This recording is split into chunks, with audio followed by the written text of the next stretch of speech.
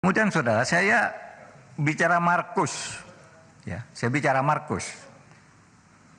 Ini tadi saya akan dipotong bicara Markus. Di DPR itu pernah terjadi peristiwa tanggal 17 bulan 2 tahun 2025. Namanya peristiwa Ustadz di Kampung Maling. Pada waktu itu Jaksa Agung ketika itu Abdurrahman Saleh di sidang gabungan Komisi 2 dan 3 itu dituding-tuding.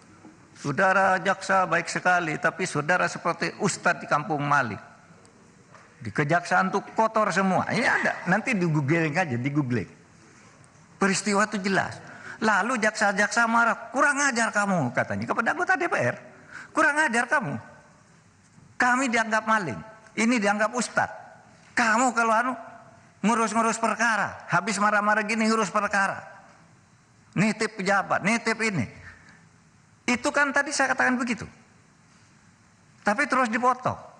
Bukan DPR sekarang, DPR yang lalu. Saya tidak begitu bodoh menyebut DPR sekarang. Meskipun misalnya aja enggak mungkin dong nyebut. Disebut tapi, aja. Prof. Kalau ada justru disebut aja. Kenapa? Kalau ada terus disebut. Enggak, begitu bodohnya saya nyebut orang. Jadi perkara juga. Sudahlah, nanti kan ada aparat penegak hukum. Saya siapa tadi kan saya dulu. Bahkan saya nyebut Pak Beni mungkin waktu itu ada. Karena waktu itu sidang gabungan Komisi 2 ke Komisi 3. Pak Jaksa Agung dituding-tuding. Wah, kejaksaan Pak Abdurrahman Saleh itu Ustadz di Kampung Maling gitu loh. Lalu ribut. Siapa yang ribut tuh? Ahmad Lasso. Ya, Ahmad Lopah. Lasso ya? Iya kan? Yang berdiri waktu itu. Kurang ajar kamu. Bisanya nitip perkara di sini marah-marah. Lalu ada kepala kejaksaan tinggi hati, cabut sekarang juga. Lalu itu jejak digitalnya masih ada, saudara. Jejak digitalnya masih ada.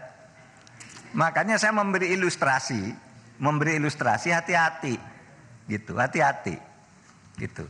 Oleh sebab itu saya tidak akan cabut. Pak Ketua, boleh saya induk. Ini penting ini Pak. Pak Beni, silakan dulu Pak Beni. Nah, kita mendengarkan ini waktunya mepet. Bukan, enggak apa-apa. Ini jangan, udah nanti dulu Pak Beni. Oke, biar selesai. Sekarang saya jawab materinya. Enggak gini teman-teman, kan tadi kan sepakatnya bila dijawab untuk diselesaikan dulu. Kan kita masih panjang rapatnya. Masih ada hari esok Pak Beni. Biar konteksnya nyambung aja, baik-baik kita ngomong. Kalau nanti selalu debat, nggak akan pernah ketemu Pak. Bukan rendah. Pak Mahfud Instruksi Ketua. Kalau dalam keadaan seperti ini persidangannya Pak Ketua, izin kembali kepada tatib yang ada. Apa kata tatibnya di sini, maka itu kita jalankan. Silakan baca Pak Beni apa tatibnya. Silakan. ada. Ada. Silakan. Interupsi itu hak. Manakala nama disebut. Kan gitu Pak. Jadi saya mau luruskan Pak. Jadi pada saat itu saya ada. Kalau Prof Mahfud masih ingat, saya yang menyampaikan Ustadz di Kampung Maling. Sudah itu disambung oleh Anhar Nasution. Ketika Anhar ngomong gitu, jaksa-jaksa pada naik pitam.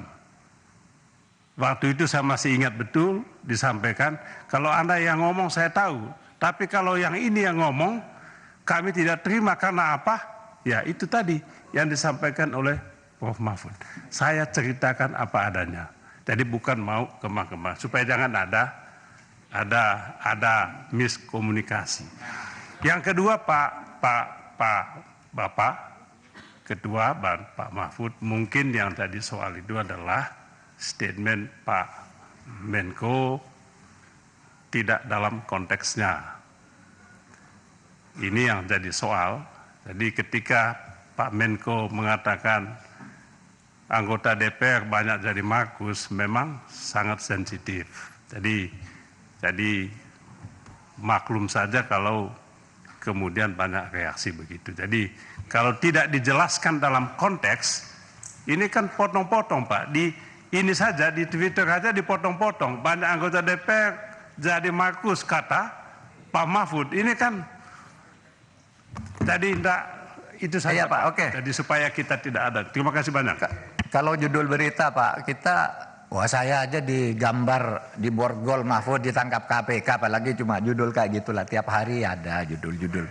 Ya baik, terima kasih. Jadi mohon dimaklumi, saya tidak bisa mencabut pernyataan itu karena sejak tadi saya bilang dulu pengalaman saya sama Pak Beni kan gitu, tadi saya bilang lalu dipotong, nggak boleh sebut sekarang, gimana gitu. Maka saya bilang kalau interupsi terus ya nggak bisa dong, gitu.